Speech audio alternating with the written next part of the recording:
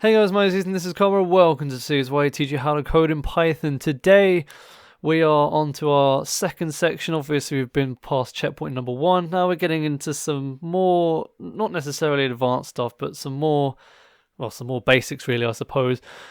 Two very quick things before we get started. One, as you can see, we've updated the Python 3.9.1, so we have now updated.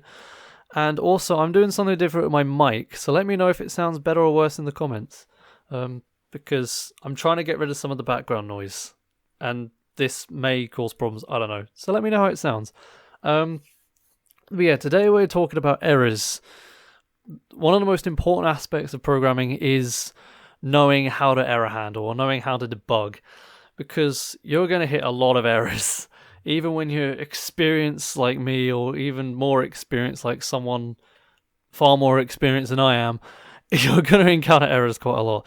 And you need to be able to read the errors, understand what the interpreter, in this case, is telling you, and then work out what to do from there. So, the easiest way to throw an error is simply just do 1 divided by 0, and you'll get a 0 division error. So this is kind of what a traceback looks like. This is a very short traceback, but it does contain all the things. So we have, if I can find my mouse, there it is.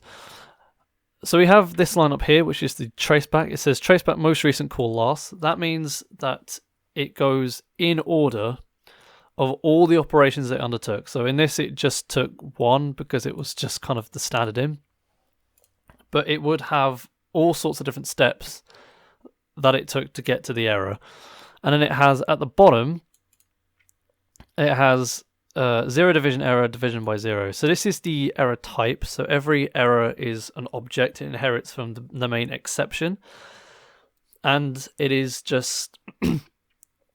it's essentially a very brief description of what the error is, and then each error has a separate message. So division by 0 in this case is quite a simple one, but you do get other stuff which is more specific. So in the instance of like a value error, for example, you'll probably get some more detailed description, because a value error can be a lot of different things. Okay, so to demonstrate this point a little bit further, I've written a very simple script only using the stuff that we've learned so far.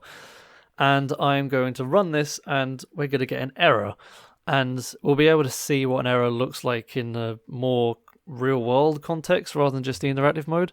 So we're going to run it in the PowerShell, or Windows Terminal in my case. For some reason, the Sublime interpreter doesn't like inputs. Don't know why.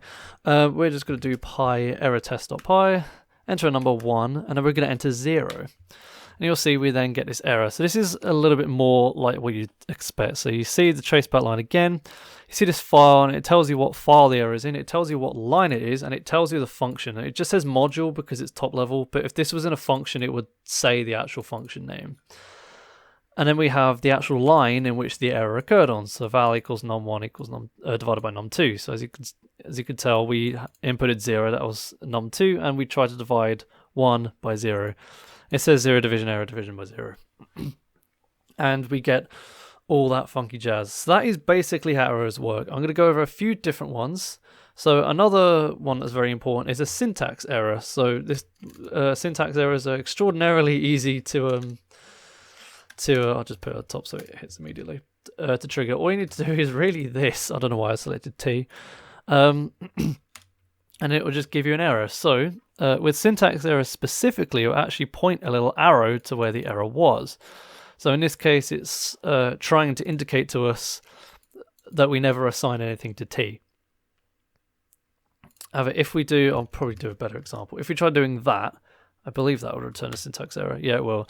It actually points directly at the colon, so it's saying, oh, this colon is causing the problem. So you could probably infer by that you should remove the colon. Interesting fact when I'm on about colons. Semicolons, perfectly fine in Python. If I do that and then... oh, I thought I'd opened Office there. And then run it, it will just run as normal.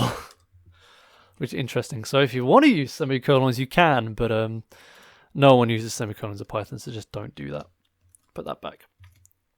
Other errors are attribute errors. So if something...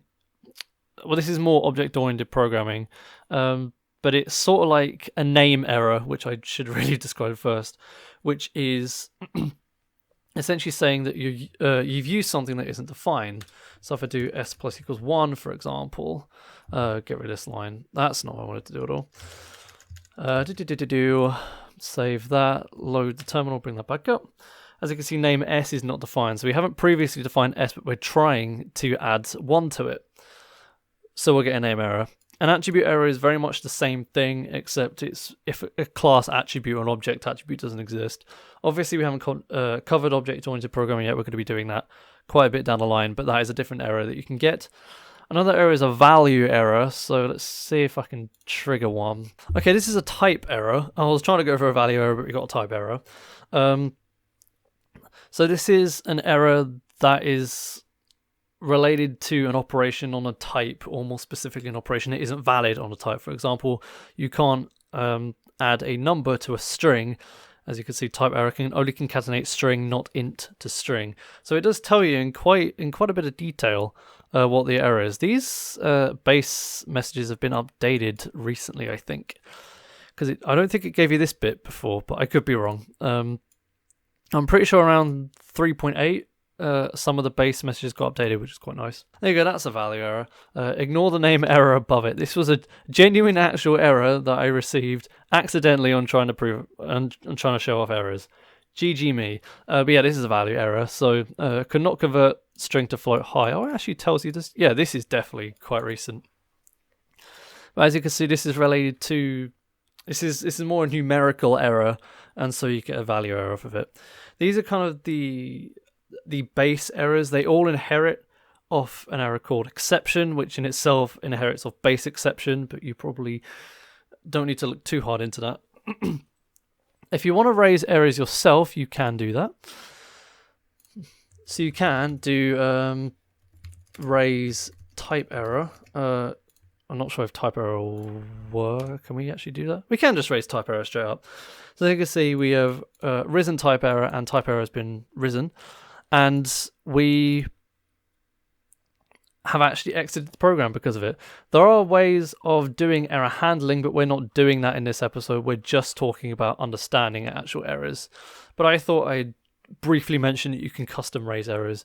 You can also create custom errors too, but I'm probably not going to talk about that today, because if you're just looking at errors for the first time, then you probably want to stick with the built-in ones for now and work on custom ones later, even though it's not too difficult. But I'll cover that.